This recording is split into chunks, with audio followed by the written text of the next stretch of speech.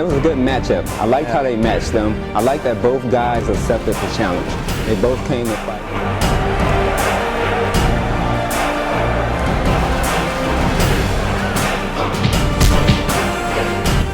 Well, he showed he has his movement back and his timing and rhythm, and that's usually when you have a shoulder injury that affects your timing.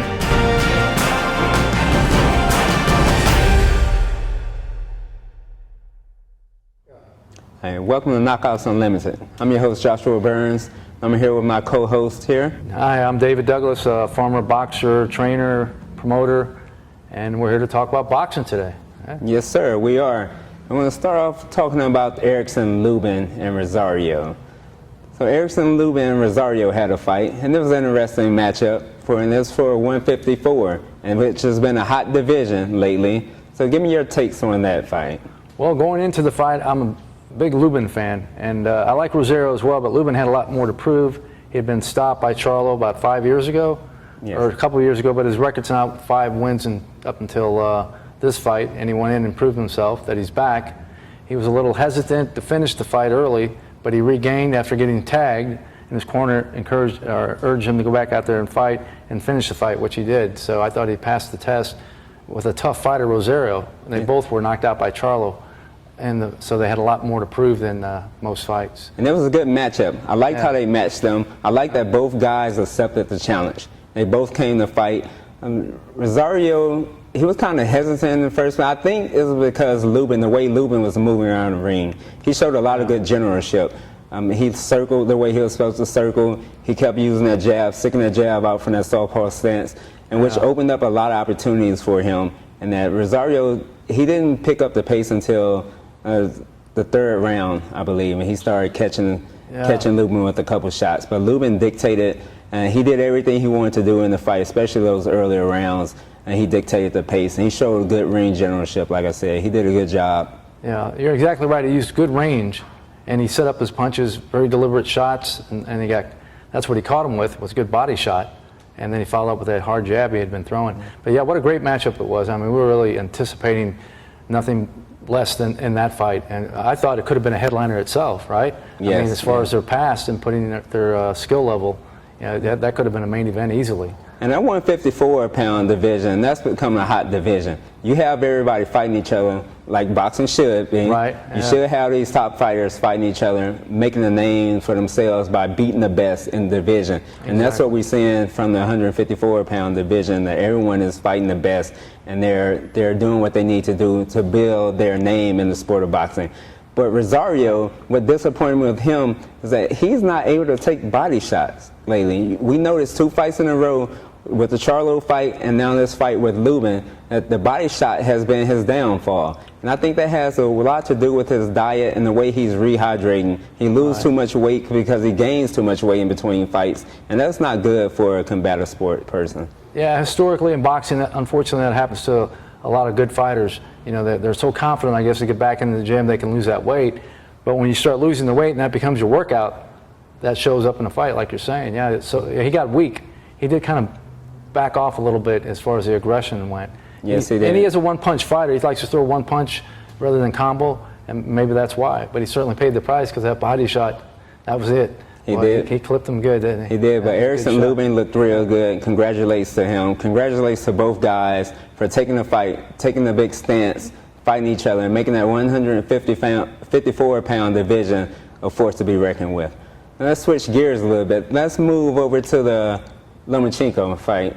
Lomachenko came back from losing his fight, making his first appearance here, and he had a good fighter in front of him, a fighter that Teofimo Lopez has fought, that he has history with. So how do you think he did in that fight? Well, he showed he has his movement back and his timing and rhythm, and that's usually when you have a shoulder injury, it affects your timing, your combination punches as far as getting in there and closing the distance. So now what's next for Lomachenko? He wants a Lopez rematch right away, and then we have a host of other fighters that are going from 35 to 40, which we'll get into later with Davis. But there's so many guys that can make those weights now, 35 and 40, and big hitters as well. Not just boxers, but big hitters for such a small weight.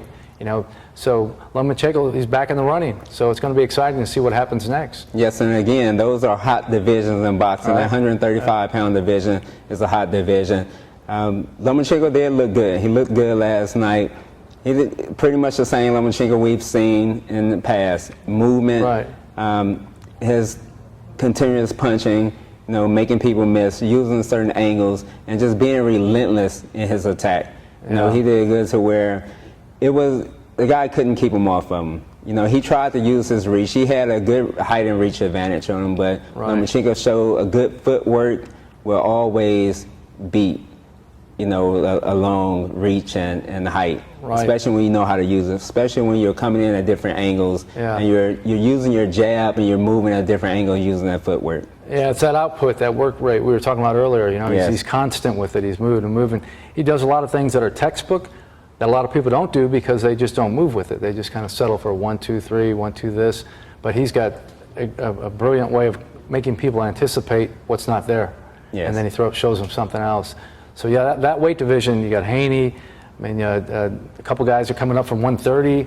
I mean, it's going to be an interesting year in boxing now with this somewhat post-COVID. You know, we're see fights that we probably wouldn't have seen that close together because they're all wanting that money and also that recognition. Because, you know, as a fighter, too much time between fights slows everything down.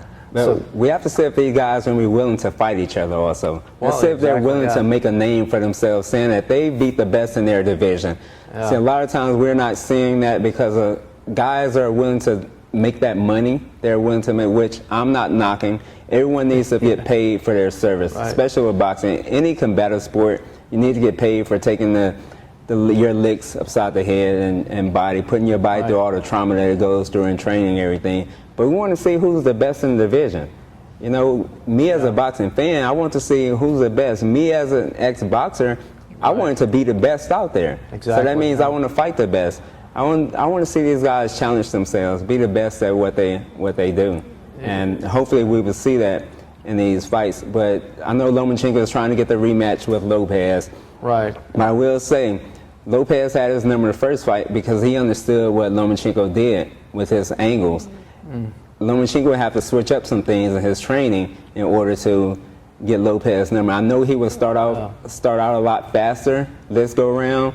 I said, but if he don't change his style up, I still see Lopez edging him out in this one and possibly stop. I do not think that fight will go to distance in a rematch. I do not. No, I agree. I think Lomachenko has too much to prove to try to stop Lopez, and Lopez, same thing, he's going to let everybody know it wasn't a fluke. Because a lot of people think that Lomachenko won the last part of that fight, which he should have gotten the decision. But yeah, we'll have to wait and see because Lopez is supposed to be fighting, but he got COVID, and they got canceled the fight. It's been postponed twice now, so we'll see what happens.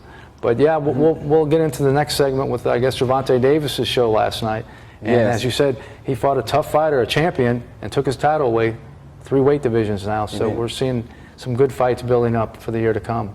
So when we come back from this break, we'll talk about the Gervonta Davis-Barrios fight. Are you ready? Become a member today at Monster Fitness Club in Richardson. Find your inner monster inside our 14,000 square foot gym, fully equipped for bodybuilding and strength training. Learn from world-class instructors to take your training to the next level with Mesger Martial Arts. Whether you're an athlete or wanting to get in shape, our sports and functional training is built to improve quality of life. From one-on-one to group classes, we have something for all ages and skill levels. Join today at monsterfitnessclub.com.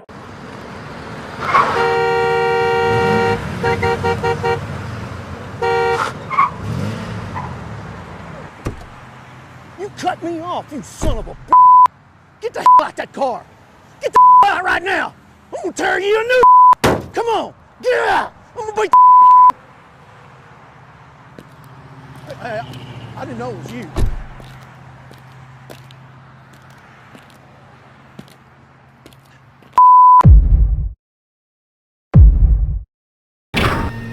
Welcome back to Knockouts Unlimited. I'm your host, Joshua Burns. And I'm David Douglas.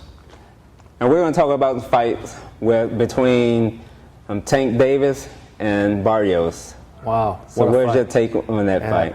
Well, it's everything we expected it to be. It was a war. You know, you have the reigning champion at 140, Barrios, 28-0, with I believe 21 knockouts. So that in itself speaks a lot. And then you have Gervonta Davis coming up in his last fight from 129, and he weighed in at 139. And no one knew if Davis could carry that power with him. Well, apparently he did, didn't he? Yeah. I mean, what a fight.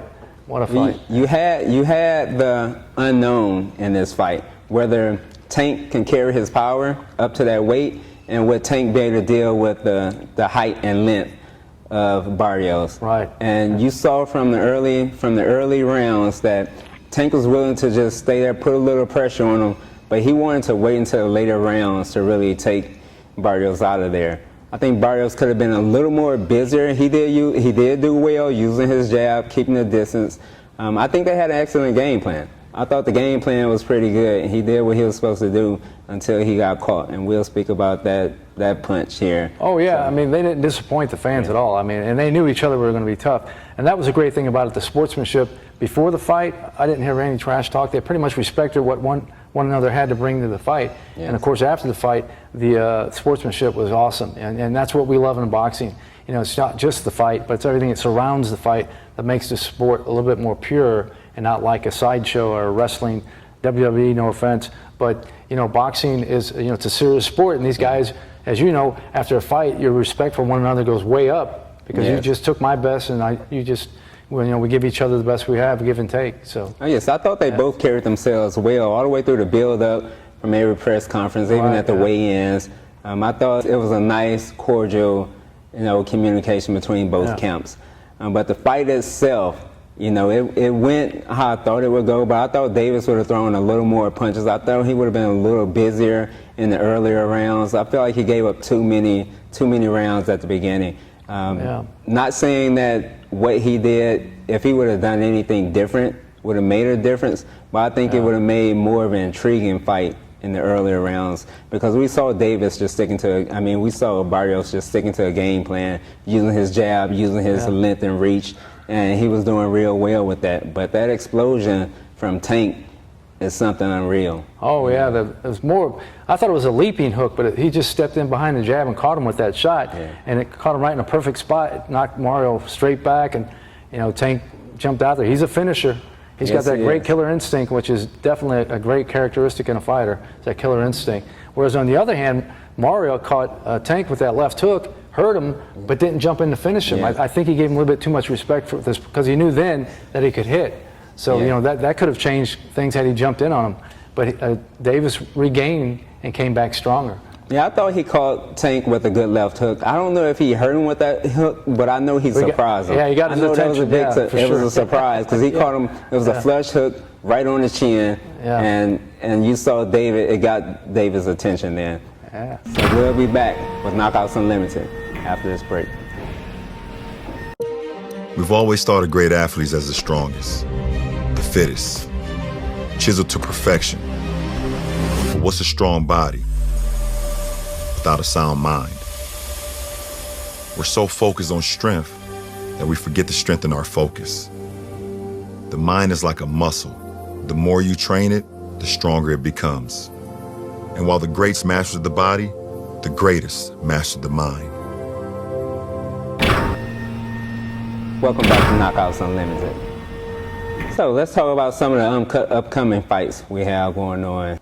Up next we have Wilder Fury 3. Wilder Fury 3, mid-July in Las Vegas. Yep, that's going to be an interesting match. What's your take on that? My take on that is Fury will always be Fury.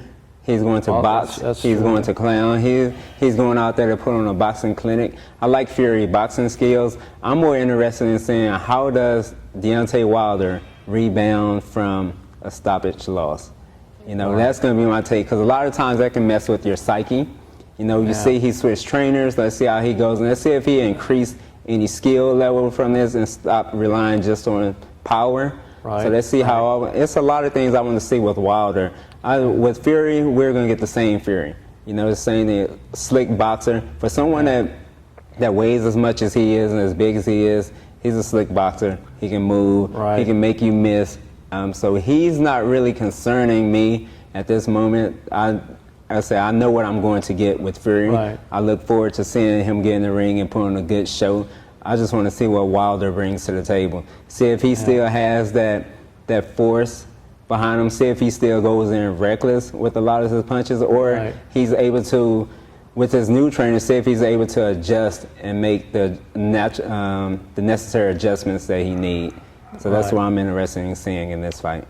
Well, you know, that's a good point about the trainer. You know, Mark Breland has been with him so long, and as you know, as a fighter, when you switch up trainers and training camps, you definitely have to bring something new into it. And so you're right. Is he going to jab more? Is he going to throw more uppercuts on the inside while Fury's leaning on him? You know, or is he going to try to go out there and just try to knock him out with that right hand again and do something different to set it up? That's the big key factor, is what will he change? Because you're right, the burden's on him, not on Fury. Exactly. And we've seen clips. It's clips circulating online of Wilder's training and things that he's doing. So a lot of times you see that and you're like, okay, he's implementing new things to his game. But once they get in the ring, then that's when you see what's going on now. Now with Breland, I know Breland was a good fighter, very good, boxer. One of the best amateurs we had in the U.S., very good pro. And I cannot say that he did not go in there teaching Wilder everything he knew. But you couldn't tell by the fights, because Wilder always fought the same way. So you don't know if these guys really take what they learn in the gym into the ring until they actually get in there. Oh, that's so true. That is. Breland was a good boxer, and he used his range with his jab a lot. We didn't see that with Wilder. So I hear what you're saying. The power that he had, I guess he became so reliant on it, and the fact that Wilder can take a punch. I mean, you've seen him take some shots in his past fights. And that's one of the things I liked about him, was his resiliency to come right back with it. But yeah, he's going to have to box. Yes, he's definitely going to have to box against Fury, because Fury has his number. Fury is a good boxer. Fury likes to make him miss, and Fury likes to go in the ring and have fun. And that's one thing that's missing from Wilder. Wilder needs to relax, loosen up, have some fun in the ring, go in there and enjoy himself. You know, it's a job, but treat it like a game. You know, go in there and treat it, have fun with it. You know, that's what I want to see Wilder do, because if he doesn't do that, if he doesn't go in and have fun with it, and Fury does, it's going to be the same results from the second fight. I agree, maybe even shorter. Yes. In fact, Bob Arum said that Wilder's going to get stopped earlier, but that's, you know, he's a promoter. He's been around a lot of fights. That's Bob Arum. He does that. But he's not a fighter. Yeah, exactly. So let's move on. We have Spence and Pacquiao. Oh, mid-August, August 21st. Yes, sir. Yeah. So that's going to be a good fight in the welterweight division. Right. So what are your take on that? Oh, man. There's so much to say about that fight because of obviously what they bring to the ring. Pacquiao has the experience, and he's proven against two younger guys in Broner and Thurman, which was it about 2 years ago he fought Thurman last, but he showed a lot of energy and apparently can still pop, and he has great experience as far as cutting the ring off and that. And on Spence's last fight with Danny Garcia, Danny was a counterpuncher, so Spence didn't really get to work a lot. But against Porter, Porter made him work. He was turning him on the ropes, turning him in the corners, and getting a lot of counter shots in. So it's going to be interesting to see, based on that recent history, how they're going to adjust. Like you said with the other fight, you know, the adjustments are the important thing here. You know, and Spence, I think he has more burden of proof on him than Pacquiao does. Because, you know, he's supposed to beat the old man. Of course. Spence is a younger fighter. It's youth going against the 43-year-old Pacquiao. So, yes, the burden of proof is on Spence. But I'm interested in seeing how Spence goes in, how he approaches this fight. Because we know from previous fights, Spence likes to beat you at your own game. That's correct. You know, that's the thing. Spence feels like he can dominate anybody at their own fighting style. So I'm willing to see what he does going into this fight. Is he going to turn back the time and say, okay, I'm going to go in, I'm just going to box him. I'm going to go in and beat a Spence that I know how to beat and dominate him from round 1 to round 12 or whatever round they finish it in, if it finishes early. So I want to see what Spence shows up. Is there going to be a Spence that dominate him on his ability, you know, how he likes to fight and dominate, or does he want to dominate Pacquiao on Pacquiao's level? Does he want to do the things that Pacquiao does best to take that away from Pacquiao? So I'm interested in seeing that, because I know Spence he plays mind games with people in the ring. He likes to beat you at your own style, which frustrates you as a fighter. It can frustrate you when somebody's beating you doing the things that you do best. So. And being a southpaw, Pacquiao is going to be a mirror image. Yes. But he moves more laterally than Earl does. Earl goes straight back and forward a lot with a beautiful jab, mind you, but Pacquiao has more lateral movement. And I think he's moved more than anybody Spence has fought. You know, so it's going to be interesting. And there's the weight. You know, Spence comes down heavy. Yeah. You know, they may be a factor. He's been up there a lot at 147, and he's coming down. He gets big. He has broad shoulders. He's a big guy. So a lot of those interesting nuances going to be interesting to see. We always say these guys like Spence and Tank Davis, the guys who are considered punchers, they don't get the credit they deserve for their boxing skills and boxing IQ. I know they have good boxing IQ and good boxing skills. Sure, So I'm willing to see, I'm willing to bet that Spence opens up and show more boxing skills in this, so we can see how that goes. And he's going to, I'm saying that he will dominate this fight against Pacquiao. So we will see what happens. I disagree. Great. We'll see when it happens. Yes, we will. So that ends our segment for Knockouts Unlimited. I'm your host, Joshua Burns. David Douglas. And until next time, Knockouts Unlimited.